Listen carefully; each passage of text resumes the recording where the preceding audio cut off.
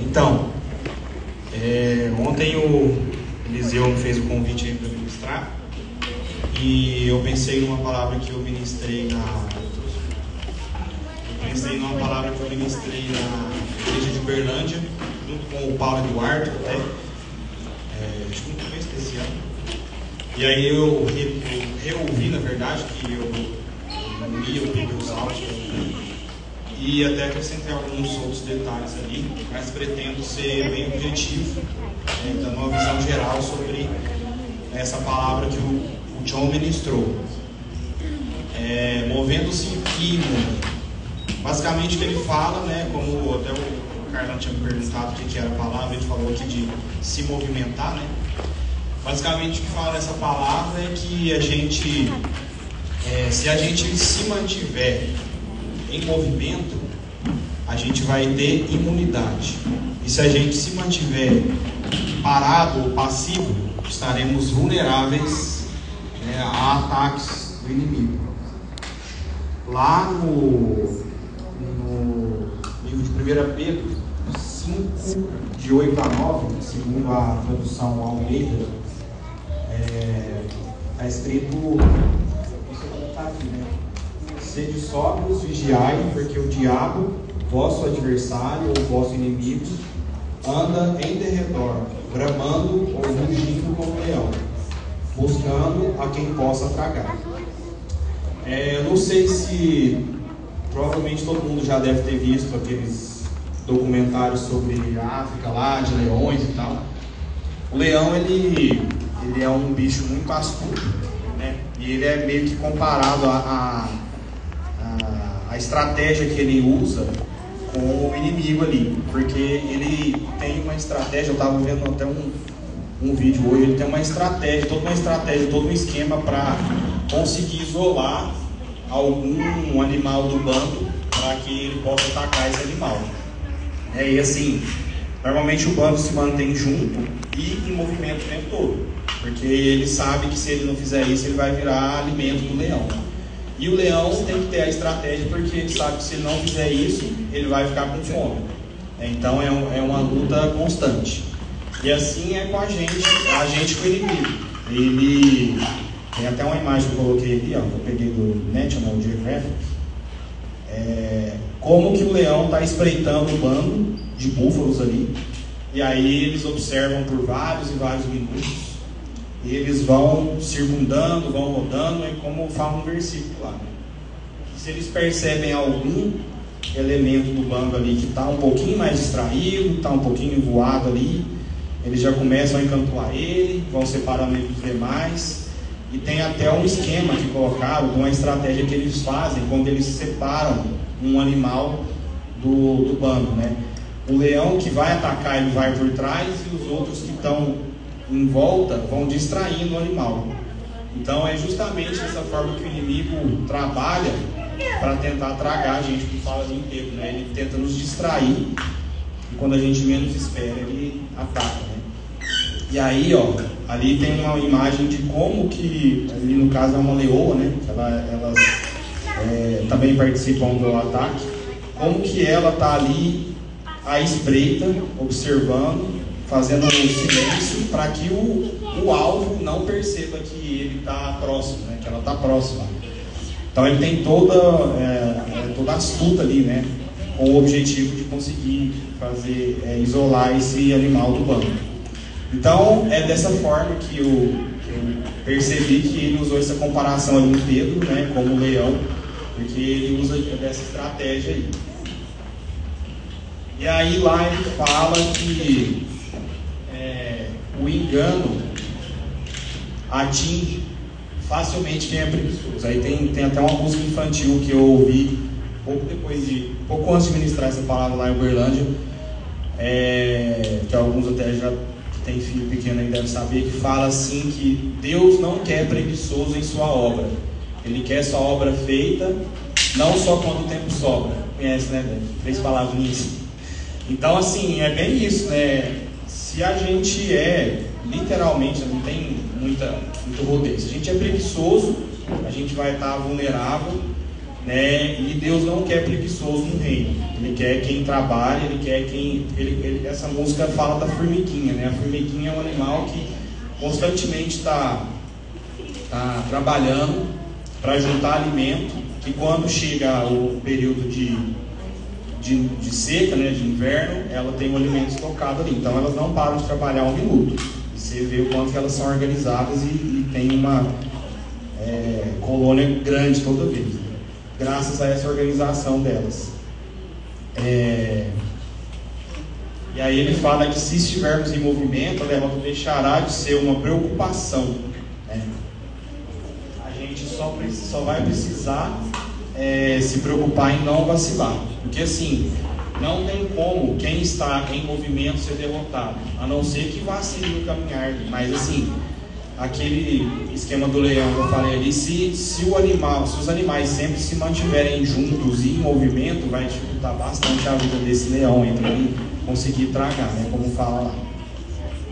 E aí ele fala da armadura, que é citada lá em Efésios, né? Revestidos, pois, da armadura, e todo mundo conhece aí o versículo. E aí ele fala o seguinte, ele fala que a maioria das peças da armadura são peças de defesa, porque nós precisamos de defesa, né? Depois, nos próximos slides, eu vou mostrar com detalhes essas peças. Só que ele não quer que a gente fique só na defensiva. No caso ali dos animais, a opção que eles têm é ficar fugindo o dia inteiro. Basicamente, eles ficam andando fugindo do leão. Só que nós não podemos ter essa atitude de só fugir. Nós temos que ser ousados. Ele fala que a gente tem que ter a ousadia de também atacar, que é só dessa forma que a gente vai derrotar o inimigo. A sua vontade se cumprirá quando formos agressivos e derrubarmos o inimigo com a espada do Espírito, que é o único item da armadura ali que serve basicamente como um ataque, que é realmente a arma de ataque, que também serve como defesa, né? Mas é primordialmente ataque. E aí a palavra, que é a espada, como eu falei agora, também serve para defesa, mas ao mesmo tempo é uma arma de ataque. E nós somos guardados nela o tempo todo. O tempo que usarmos para derrotar o inimigo, através da espada, porque nós não podemos derrotar o inimigo com, por exemplo, dificilmente a gente vai, fazendo a analogia que ele usa lá na palavra, né, derrotar o inimigo usando o escudo, o capacete ou a couraça. A gente vai usar a espada para isso. E se a gente ficar só defendendo, nós não vamos conseguir. Podemos até nos proteger, mas nós não vamos conseguir vencer. Então o ataque é tão importante quanto a defesa, mesmo que só a espada seja de ataque. E aqui, né, mostrando as peças aqui que todo mundo já sabe.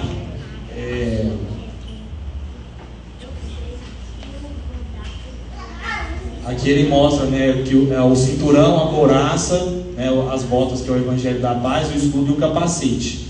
Mas essa aqui, que é a mais importante, né, a palavra de Deus, ela nos protege e faz com que nós possamos derrotar o inimigo. E aí, como que a gente pode usar essa espada, essa palavra, para derrotar o inimigo?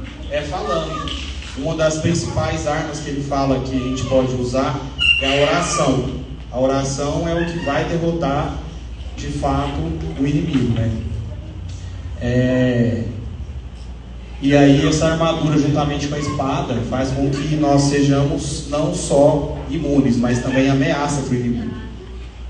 E aí, é o que eu falei da oração que ele cita lá, que no versículo 18 ele fala que temos que orar em todo o tempo, que a oração é um dos meios de usar a espada do Espírito, que é a palavra. E ela é um fator determinante para desencadear essa agressividade que a gente precisa, e é o que vai trazer de vez a vitória em cima do inimigo. E aí, ele cita também em 1 Coríntios 15, 57 e 58, nenhum trabalho é em vão no Senhor. Ele já nos deu a vitória, mas a invencibilidade vem através de se mover adiante. Então, assim, no reino a gente tem que trabalhar, a gente tem que se mover. Não adianta a gente achar que quando a gente chegar no reino a gente vai ficar lá sentado sem ter que fazer nada. E para conquistar isso, mais ainda, né? Porque para vencer, a gente precisa de trabalhar, de agir. E ele fala também que avançar nos livra do pecado, porque como a gente está imune, o pecado não vai conseguir nos atingir. E a tendência do ser humano é pensar demais, parar e pensar demais nas circunstâncias. Então a gente sabe que circunstâncias podem nos trazer distração, nos trazer dúvidas, só que isso é letal, como foi mostrado lá no começo dos animais, né? Se um animal ali ficar pensando demais, ele ficar parado, ele vai ser tragado. É a mesma coisa conosco. Se a gente para e fala, nossa, mas tenta trazer para a razão, né? Será que é assim? Eu acho que eu vou ficar parado um tempo aqui pensando, meditando. A tendência da natureza humana é isso, né? Ele fala lá. E se a gente ficar parado demais, é o momento que a gente é pego desprevenido. Quando a gente está totalmente envolvido em algo, nem tempo para pensar nos problemas a gente tem. Ele fala lá que estava ajudando a construir os muros de Shiloh, se eu não me engano, e estava tendo algumas perseguições contra ele, algumas pessoas falando algumas coisas contra ele. Aí falaram assim, você não vai fazer nada contra isso? Ele só falou assim, cara, eu estou ocupado demais trabalhando, não tem nem tempo para pensar nisso não, deixa eu falar. Então, enquanto a gente estiver fazendo, a gente estiver pegando no arado mesmo de fato, qualquer coisa que acontecer ou que falarem, que a gente ouvir, não vai ser suficiente para distrair a gente, para a gente parar, para se preocupar com isso. E aí ele fala o seguinte, às vezes as pessoas, os irmãos, têm alguma dificuldade em profetizar, em adorar, em exercer algum ministério. E o que tem que... por exemplo, a Camila tirou carteira recente e às vezes ela fica meio receosa de dirigir, né? Eu falei assim, você sabe qual que é a única forma que você vai perder o medo, né? Dirigindo. Você não vai enfrentar isso se você não dirigir. E isso para qualquer coisa, né? Comigo foi a mesma coisa, acho que com qualquer um e qualquer área da nossa vida, se a gente não enfrentar, a gente não vai conseguir ter êxito. E no nível espiritual é a mesma coisa. Se a gente às vezes está com dificuldade para adorar, adora mais ainda. Se insiste nisso que você vai conseguir. Se está com dificuldade para profetizar, profetize. Está com dificuldade para relacionar, relaciona. Está com dificuldade para amar, ame. Né? É isso que a gente tem que fazer. E uma frase que para mim foi a maior chave, o maior impacto enquanto eu estava ouvindo essa palavra, foi justamente essa aí. As barreiras só se levantam se ficarmos parados o tempo suficiente para que o inimigo as construa à nossa volta. Então, se a gente ficar parado, dá tempo do inimigo vir construir um muro de tijolo, levantar, e a gente vai ficar lá, né, vendo ele construir. Se a gente for ficar se movendo, ele não vai conseguir cercar a nossa vista, não vai conseguir colocar dúvida no nosso coração. E se a gente espera ter uma revelação de tudo para andar, também pode ser um caminho para o fracasso, né?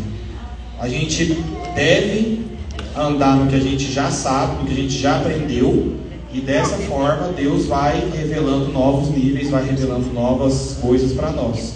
É como se a gente estivesse num abismo e uma ponte estivesse sendo construída ali em tempo real enquanto a gente anda. A gente faz assim com o pé, Deus vai lá e coloca uma tábua. Aí a gente vai, faz com o outro e coloca outra. Então às vezes a gente precisa ter a iniciativa de caminhar para depois ele mostrar o caminho. A gente às vezes busca, espera demais, mas não age. A tendência nossa é essa, né? Mas se nós agirmos e começarmos a caminhar, aí ele vai mostrar o caminho que a gente tem que seguir. E o que a gente não entende ainda vai deixar de ser uma preocupação, porque a gente sabe que no tempo certo ele vai revelar para nós. Ô Silas, o que aconteceu com o povo no Mar Vermelho, né? Exatamente. Diga ao povo que marche. Diga ao povo que marche. Se eles ficassem pensando, que faremos, né? O exército ia chegar e pegar eles. Eu vou dar um exemplo assim muito prático do que a gente anda vivendo assim nesses últimos meses, né? A gente queria fazer acontecer a escola do reino e a gente falava, mas como? Aí falaram assim pra mim, a matéria-prima da escola do reino são as crianças. E Silverlândia tem de sobra, então a gente começou com o que a gente tinha. E foi uma bênção, assim, para a igreja toda. A gente vê a igreja toda se movendo num novo nível. Então, mas a gente precisou agir. A gente precisou sair da imunidade ali, da comodidade. Da comodidade, e começar a se mover na palavra que a gente tinha, né? Então tudo aconteceu. Então é só um exemplo.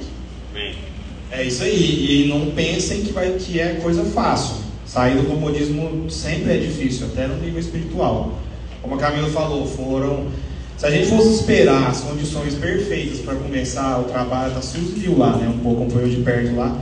Se a gente fosse esperar as condições perfeitas para começar, a gente nunca ia começar. A gente deu o passo de fé e Deus foi mostrando.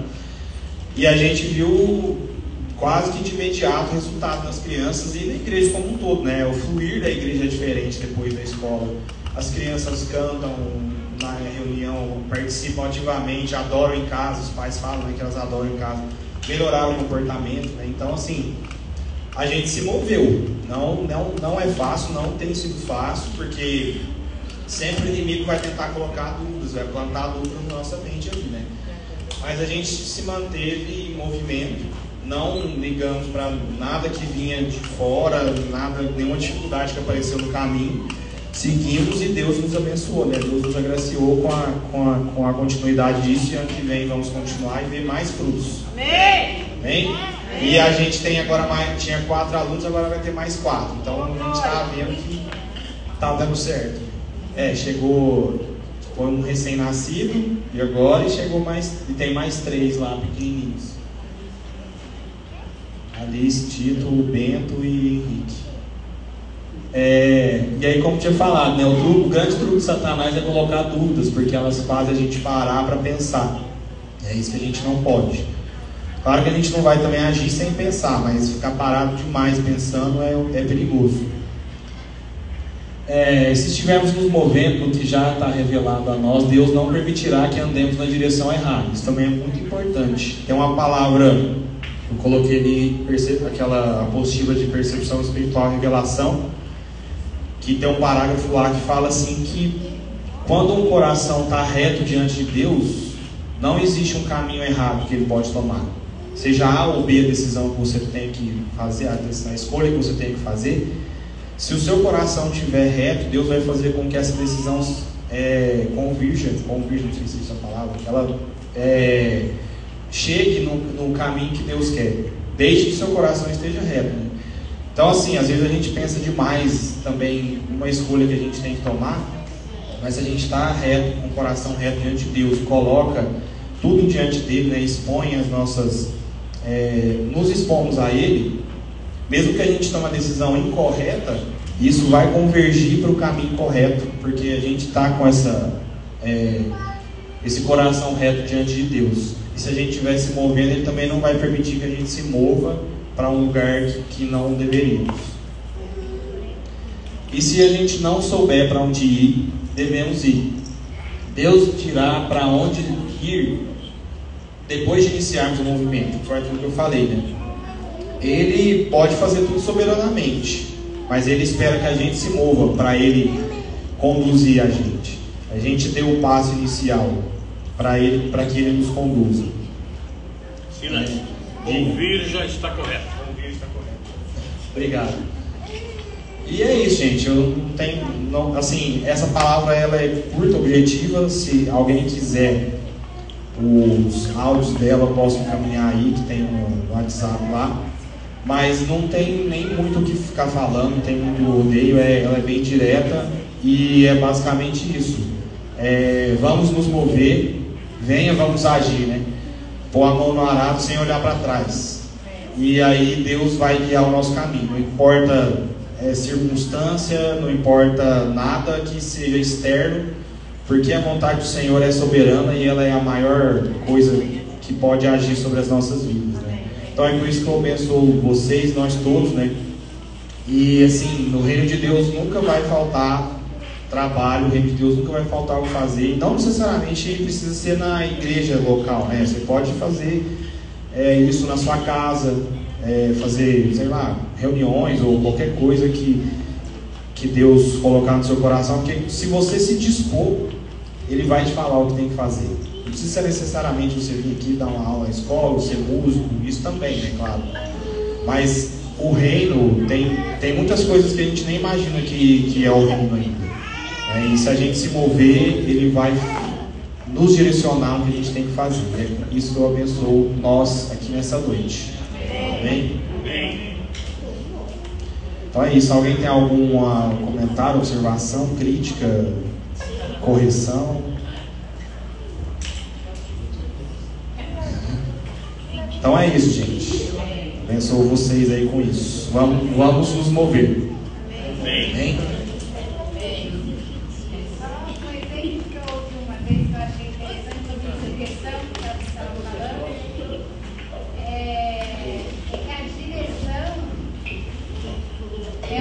Importante, né? Porque às vezes você está com o melhor carro, com o melhor combustível, na melhor pista. Se você sai na direção errada do lugar que você quer chegar, quanto melhor o combustível, melhor o carro, melhor a pista, mais rapidamente você se distancia do lugar onde você deve chegar, né?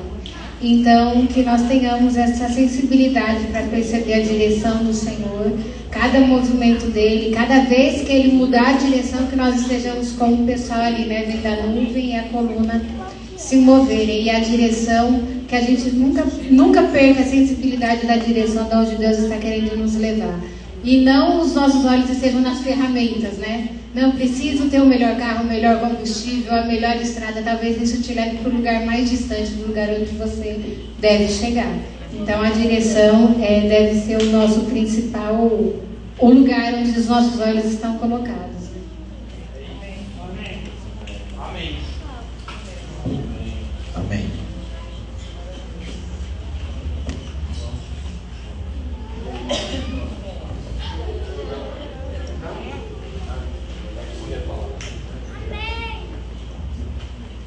Então vamos ficar em pé e chamar a Suzy e o Hudson.